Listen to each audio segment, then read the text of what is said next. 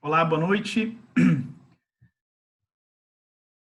Vamos só esperar mais colegas entrarem aí na aula, daí a gente já começa, ok?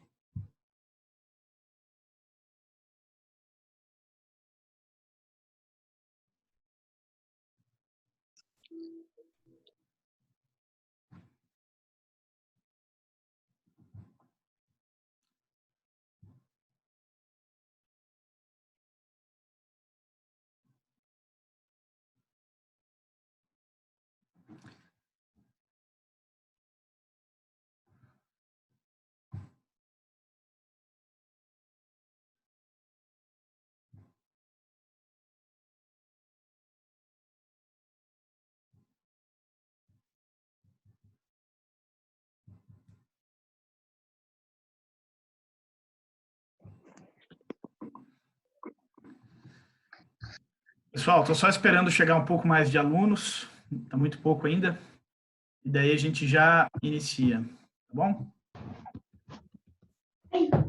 Meu Deus, tá aparecendo meu áudio.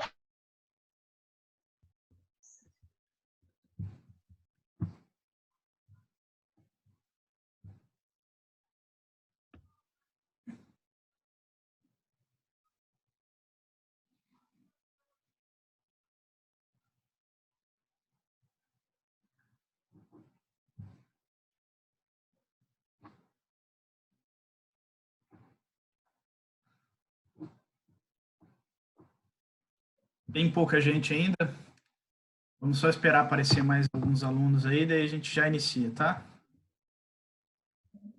Eu vou mandar para vocês aqui, pelo grupo dos representantes, o PDF da aula de hoje, tá bom? Eu vou fazer o compartilhamento de tela, então provavelmente vocês não vão precisar, vocês vão estar vendo na tela, né? Mas é interessante que vocês tenham um PDF. Obviamente vai estar lá no na nossa pasta no Google Drive também.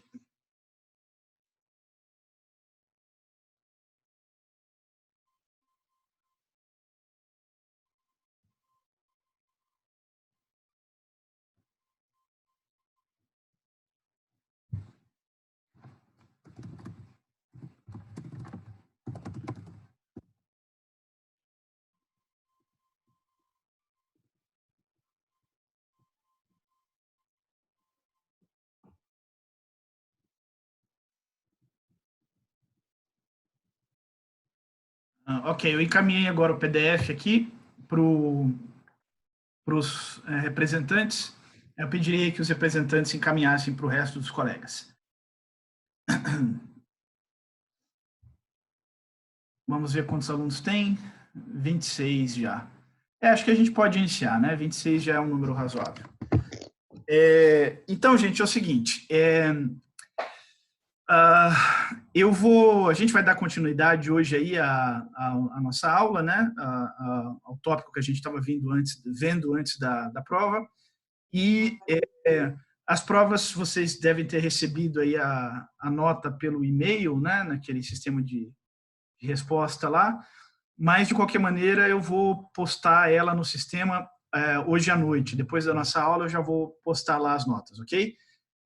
Então, quem, porventura, não recebeu, não se afobe, porque provavelmente hoje à noite, aí, se não tiver nenhum problema técnico, vai estar lá. Eu digo problema técnico porque eu nunca usei esse sistema novo aí, eu vou entrar nele hoje pela primeira vez. Acredito que a professora Letícia já passou para vocês como que vocês têm acesso, né? Gente, é o seguinte, eu vou deixar vocês no mute aqui, tá? Para não dar aqueles retornos chatos lá que tumultuam o áudio. Mas se vocês quiserem interromper para fazer alguma pergunta, algum questionamento, fiquem à vontade, tá bom? Tem a opção do chat também aqui, né? Que vocês podem postar pergunta por escrito. Mas também vocês podem pedir a palavra aí, se manifestar e fazer alguma pergunta, né, alguma observação, o que vocês quiserem, ok? Esse negócio de ter que admitir um por um dos alunos, de quem está entrando na reunião, é bem chato. Desconcentra um jeito que vocês não têm ideia. Tinha que ter um sistema para já deixar aberto, assim, qualquer um que tem o link vai entrando sem pedir permissão.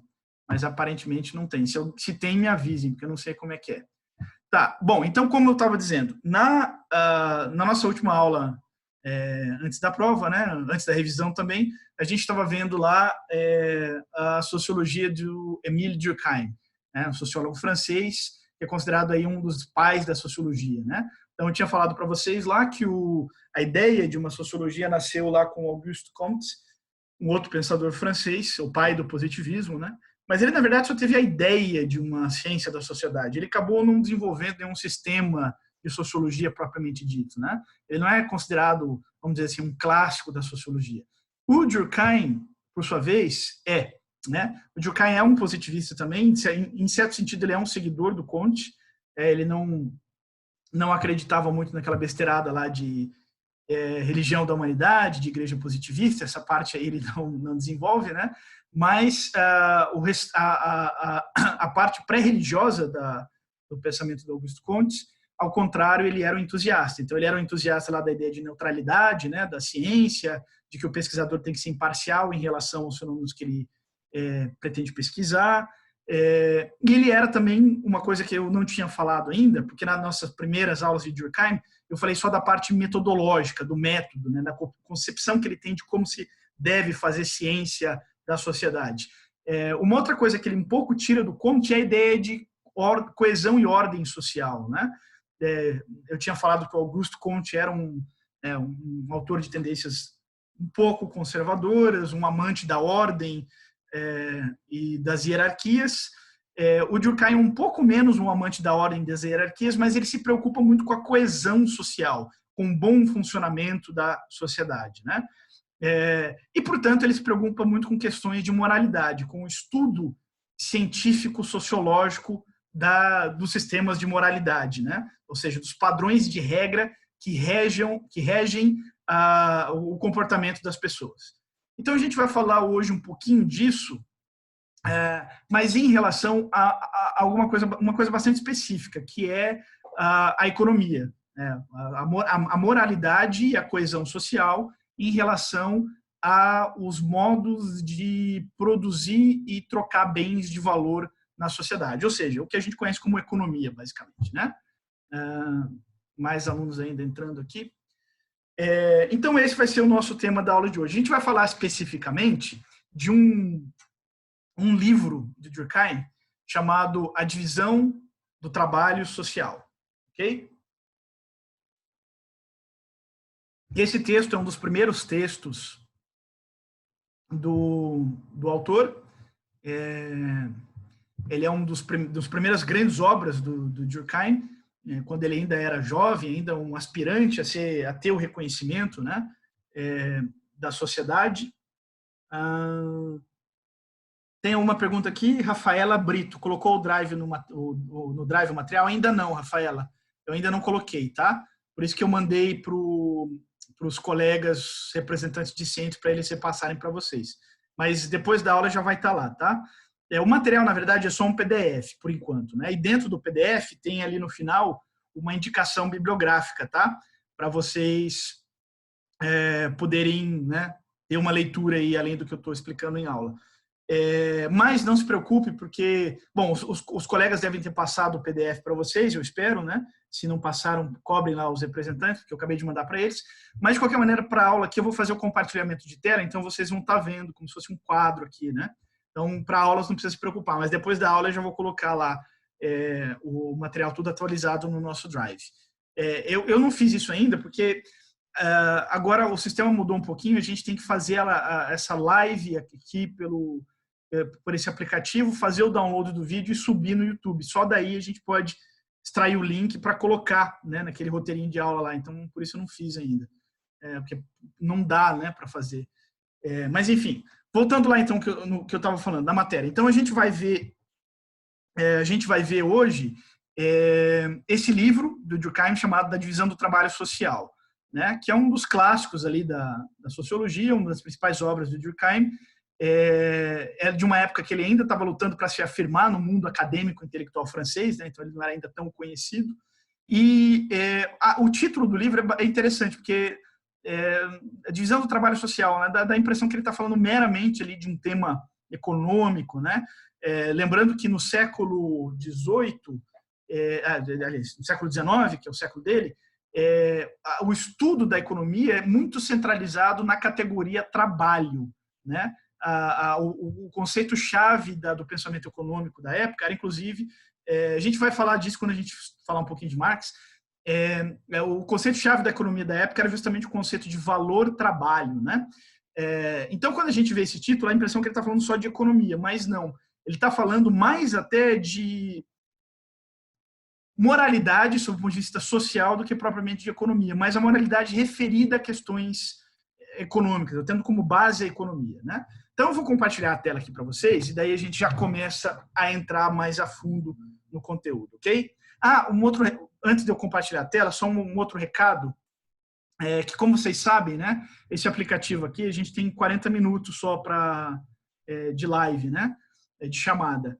E daí ele encerra automaticamente. Então, nós vamos fazer 40 minutos, aí eu vou encerrar, né, a chamada, ou o próprio sistema encerra automaticamente, mas aí a gente volta, tá?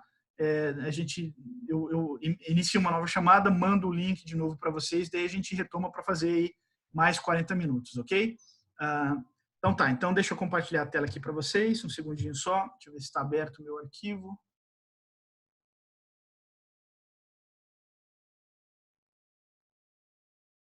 Uhum.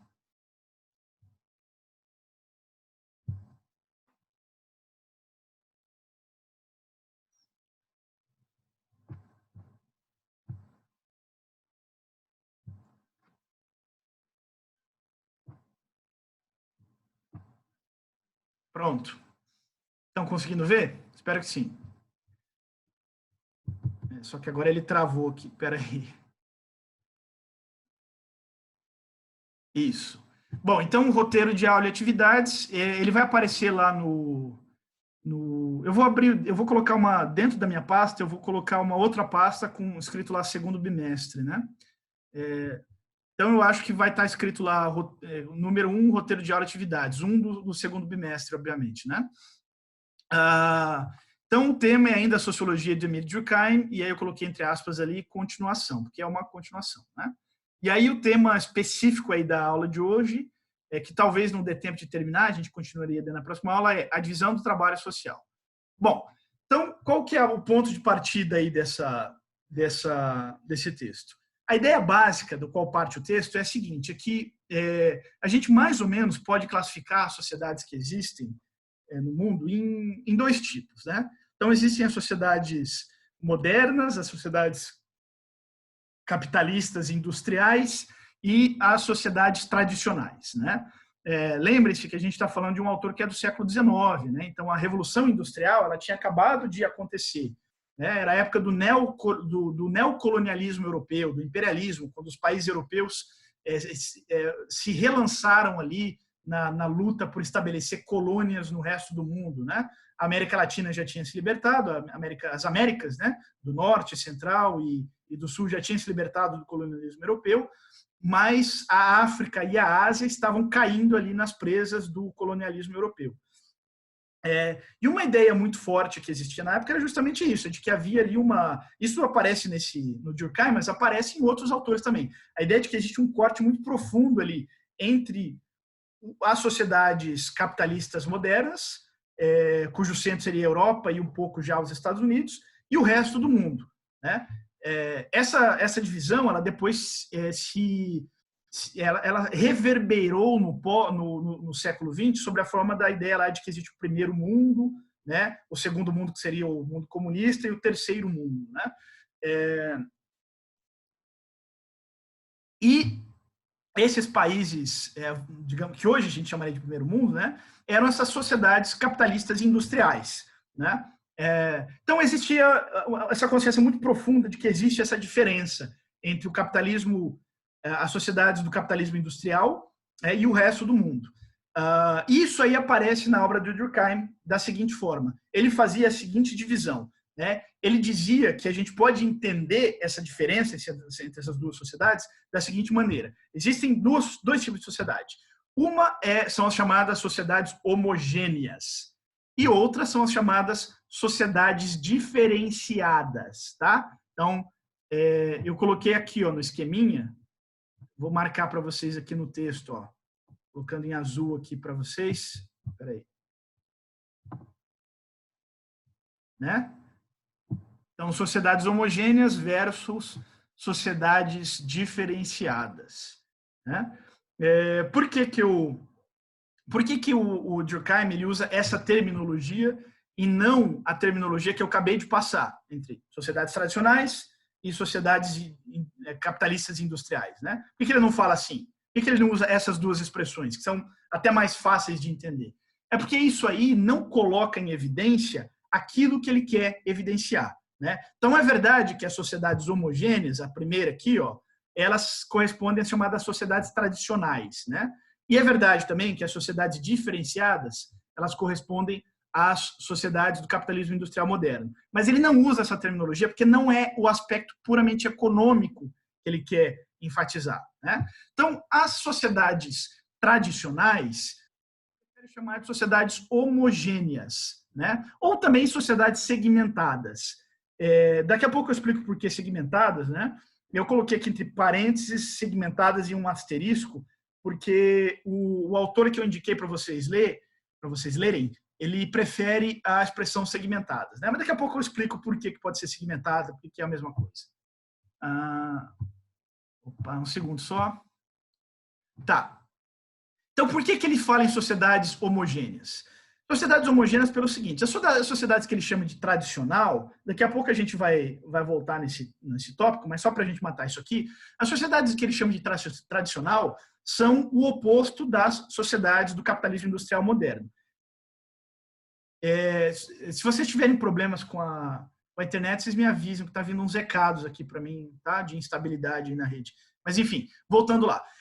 O que é o contrário das chamadas sociedades do capitalismo industrial moderno? São aquelas chamadas, por exemplo, vamos dar exemplos, que acho que é mais fácil, né? São, por exemplo, as sociedades indígenas, né? Então, os índios da América do Sul, os aborígenes lá da Austrália, né? As comunidades autóctones da África, né? Então, lá, as aldeias que corresponderia às aldeias indígenas lá dos negros africanos subsaarianos, né? Mas também não só isso, né? Então, uma sociedade indígena seria ali um exemplo de sociedade não diferenciada, sociedade que não é moderna no sentido de já ter entrado no capitalismo industrial, né? Mas a gente pode citar outros exemplos. Então, mesmo em um país relativamente moderno como hoje é o Brasil, né?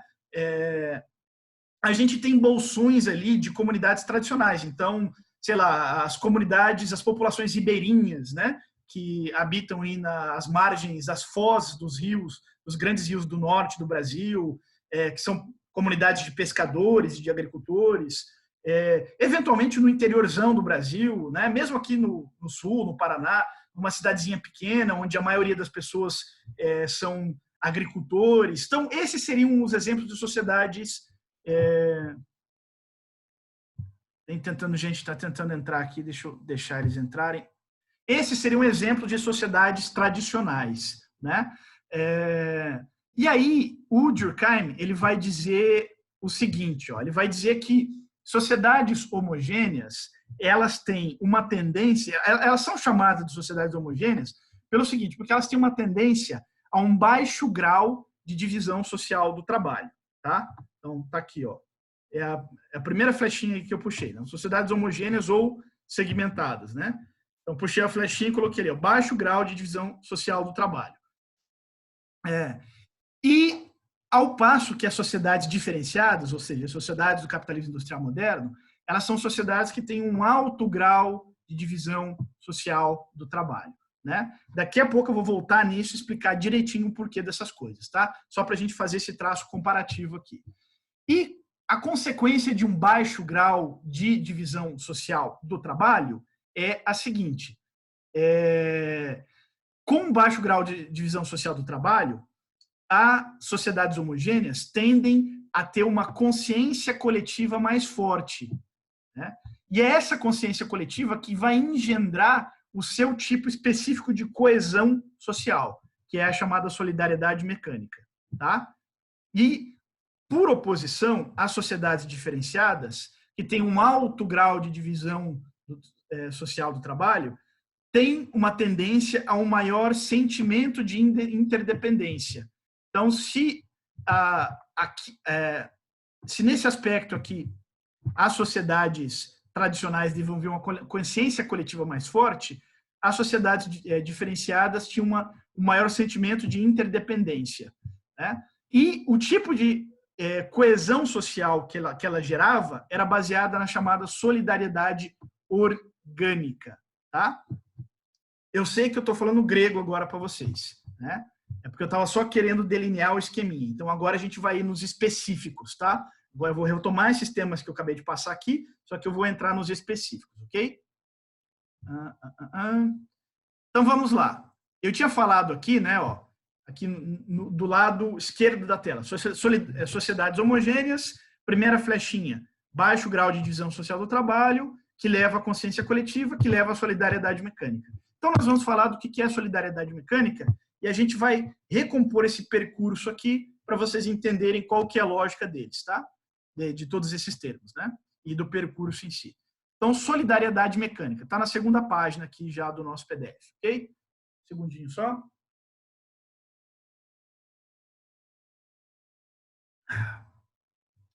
Então, vamos lá. Solidariedade mecânica. O que é a solidariedade mecânica, né? Então, em primeiro lugar, ela é o tipo de solidariedade. E vejam, né? Por que está falando de solidariedade? Eu tinha explicado para vocês, lá no início, na introdução da aula, que o objetivo de Durkheim é explicar, a partir de a moralidade da sociedade, né? A partir de uma análise da sua base econômica, né?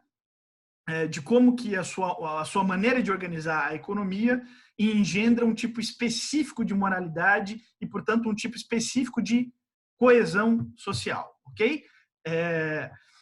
Então, a solidariedade mecânica é isso que ele quer explicar, né? O que faz com que a sociedade seja coesa, né? No caso das sociedades tradicionais, é a chamada solidariedade mecânica. E aí, os exemplos de sociedades tradicionais a gente já mencionou, vou repetir aqui para vocês, né? Então, são exemplos de sociedades tradicionais, sociedades tribais. Essa expressão tribal, os antropólogos não gostam muito dela, né?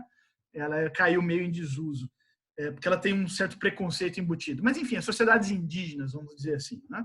Então, as comunidades tradicionais, como populações ribeirinhas, né, como comunidades de pescadores, como as comunidades quilombolas, ou até mesmo as comunidades rurais, né, que existem mesmo aí em países modernos, né, como é mais ou menos o Brasil. Ok? Então, essas são exemplos de sociedades tradicionais. Então, olhem só, as sociedades tradicionais, elas têm como característica, pensava o Durkheim pelo menos, né, uma baixa diversidade de funções. É o primeiro tópico, ó, coloquei aqui, né? Então, solidariedade mecânica, exemplos, e daí eu coloco um outro esqueminha aqui. Baixa diversidade de funções. O que significa baixa diversidade de funções? Um baixo grau de divisão do social do trabalho, né? Então, o que significa isso especificamente? Significa que nessas sociedades as pessoas elas tendem a exercer como regra o mesmo tipo de atividade econômica, né? Então vamos dar um exemplo para ficar mais claro.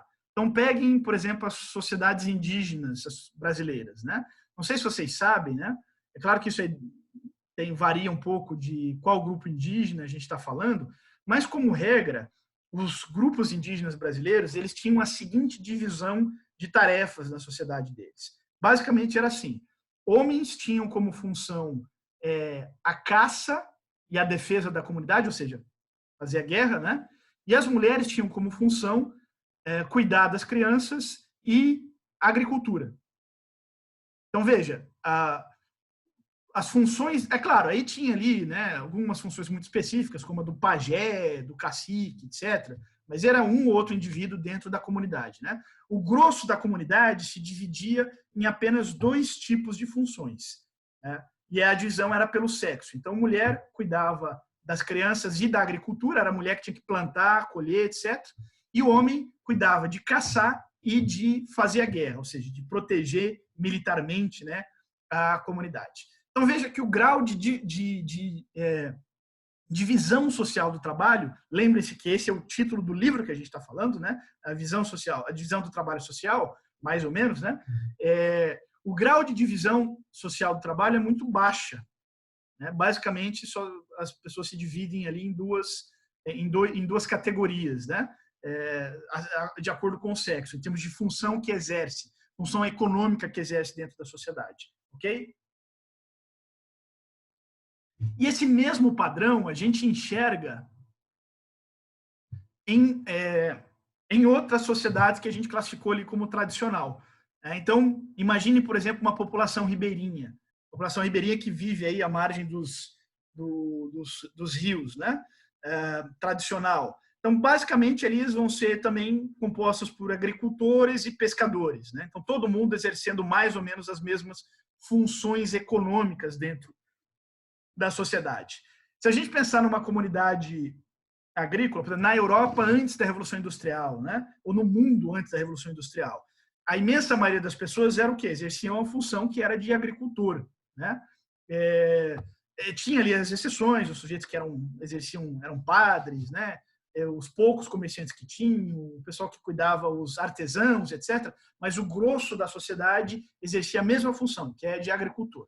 Se a gente pensar assim, sei lá, numa cidadezinha pequena brasileira, então pensem aí numa cidadezinha de 5, 10 mil habitantes, longe de qualquer centro urbano, né? Eu sei que aí em Paranavaí tem várias cidadezinhas desse porte aí ao redor, mas elas estão do lado de Paranavaí, que é uma cidade já grande, né? Imagina uma cidadezinha pequena, isolada, lá no Cerrado brasileiro, no sertão nordestino, em algum lugar assim.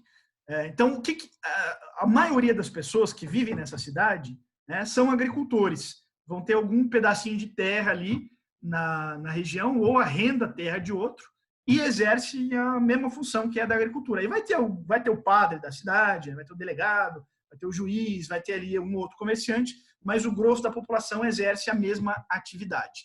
Então, a característica socioeconômica das sociedades tradicionais é uma baixa diversidade de função, uma baixa diversidade de divisão social do trabalho, ok? E é por isso, acho que agora a coisa já começa a fazer um pouquinho de sentido, né? É por isso que o Durkheim vai chamar elas, vou voltar ali em cima um pouquinho, ó, de sociedades homogêneas, né? Aqui em cima. Por que sociedades homogêneas? Porque se todo mundo exerce as mesmas funções, todo mundo, a grande maioria, né, exercem a mesma função econômica, então eu tenho uma tendência ao quê? A uma homogeneidade dos seus membros. Deixa eu ver se eu marco aqui para vocês. Eu tenho uma tendência à homogeneidade dos seus membros. As pessoas tendem a ser todas meio iguaizinhas, por assim dizer.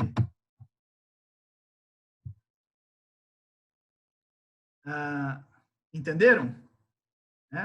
Então, o fato das pessoas exercerem a mesma função faz com que elas tendam a ser meio parecidas. E por que isso? É porque, assim, de uma certa maneira, né, a gente cria a nossa visão de mundo a partir da nossa interação com o nosso meio social, com a sociedade. E uma grande parte da nossa interação, ela é de natureza socioeconômica, ela não é exclusivamente de natureza socioeconômica, mas a gente pode dizer que ela é preponderantemente, sobretudo para adultos, né, de natureza socioeconômica. Dito de uma outra maneira, se eu ganho a minha vida de uma determinada maneira, né, se eu sou um comerciante, eu tendo a ter uma determinada visão da sociedade, que tem a ver com o tipo de atividade que eu exerço, né? Essa é uma ideia que é comum também lá ao Marx, que é um outro autor que a gente vai estudar, né?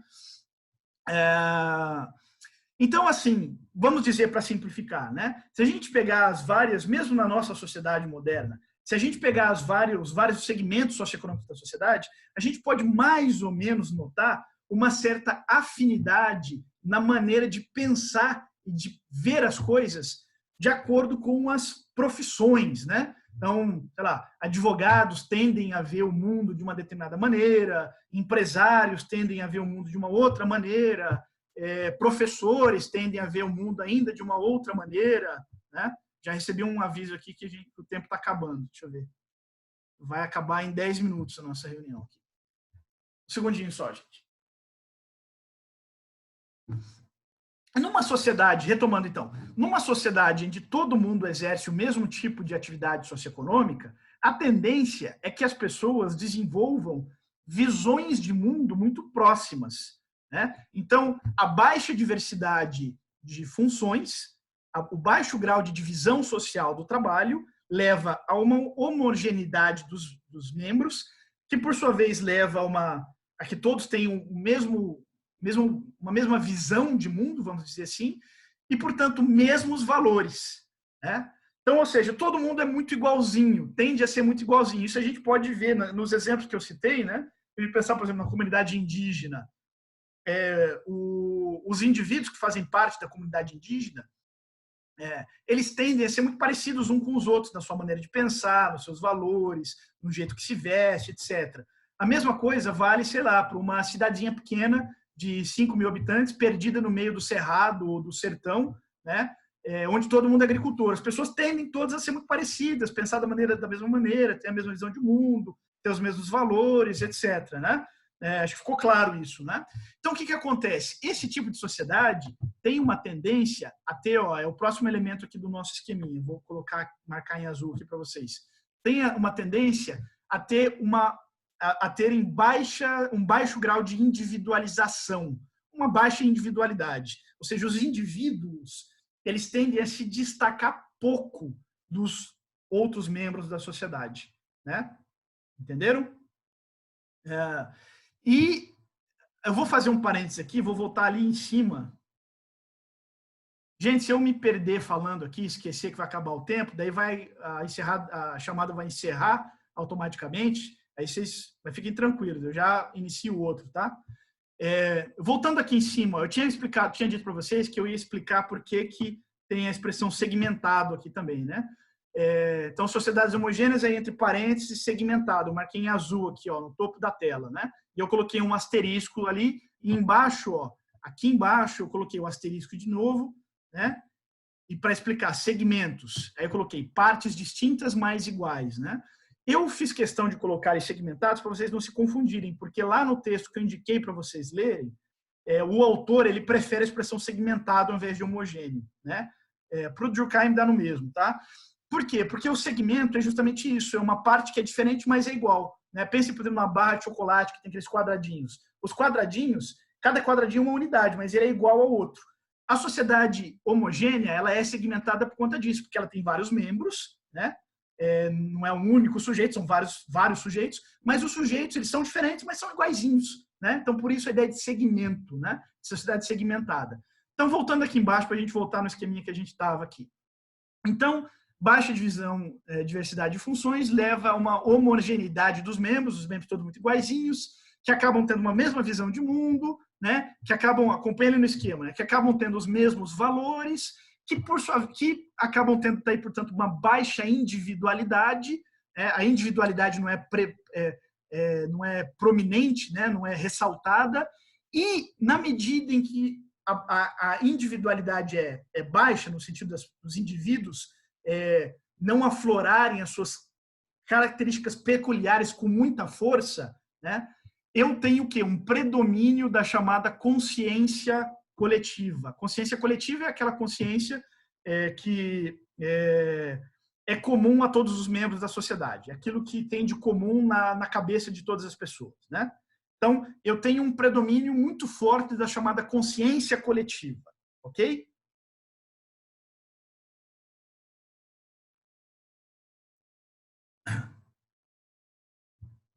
E a consciência coletiva, eu coloquei aqui embaixo uma definição, tá? Consciência coletiva, tá aqui, marcado em azul. É uma definição que saiu do próprio Durkheim, né? Então, consciência coletiva, abre aspas, eu vou ler aqui para vocês.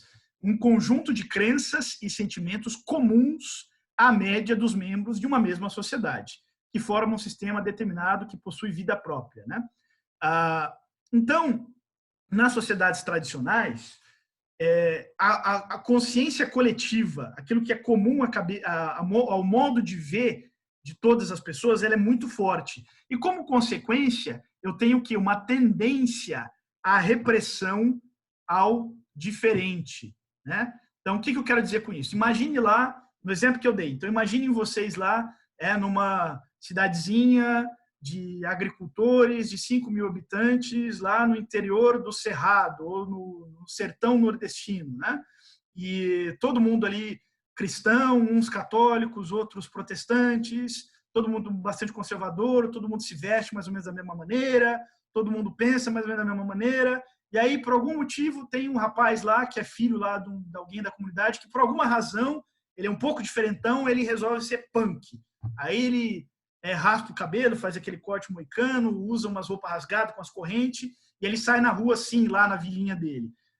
A repressão, talvez ele não sofra nenhum tipo de violência, nada, mas assim, a maneira como as pessoas vão olhar para ele vai ser uma maneira preconceituosa, né? Ou seja, ele vai sentir uma certa pressão da sociedade contra ele, né? Então, é isso que eu coloquei aqui em azul, eu destaquei agora em azul aqui, ó, no topo da tela aqui para vocês. Tendência à repressão ao diferente, né? E aí, pulando aqui um pouquinho para baixo, ó, depois da parte de consciência coletiva, agora está no topo da tela aqui, né? Eu coloquei aqui, ó, é uma consequência disso que eu acabei de explicar. Nós temos uma tendência também a um total predomínio do grupo sobre o indivíduo, né? O indivíduo é um pouco sufocado ali, né? E talvez aí a consequência principal disso, para o que a gente está falando, é que a coesão daquela sociedade, ou seja, o que vai manter aquela sociedade coesa, junta, né? O que vai fazer com que aquela sociedade sobreviva enquanto um corpo social, é justamente esse sentimento de pertencimento. O sentimento de pertencimento é justamente isso. Eu sou um indivíduo que acredito nisso, nisso, nisso, naquilo. E esse grupo de pessoas também acredita nisso, nisso, nisso, naquilo. Então, eu pertenço a esse grupo, né? O sentimento de pertencimento ele é comum às comunidades religiosas, a time de futebol, mas ele é comum também a comunidades tradicionais, porque todo mundo vê as coisas da mesma maneira, então tem um sentimento ali de pertencimento, né? E é esse sentimento de pertencimento que gera uma coesão social, né? Então, é esse sentimento de pertencimento, ou seja, de comungar dos mesmos valores, de comungar da mesma visão de mundo, de adotar os mesmos comportamentos, que nasce o sentimento de coesão social, que faz com que a sociedade sobreviva, faz com que aquele grupo social se mantenha coeso e se perpetue, né?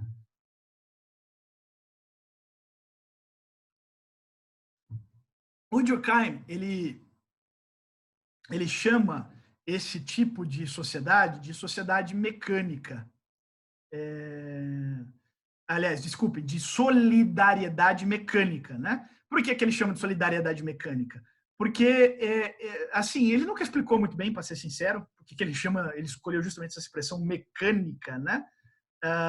Mas, assim, especulando um pouco, é provavelmente porque ela nasce de uma maneira meio automática. Ela é meio que gerada pela mera justaposição de pessoas que têm a mesma visão de mundo, né? Ela nasce da empatia. Bom, vai estar encerrando aqui a nossa aula. Então, deixa eu encerrar aqui o compartilhamento da tela. Stop share.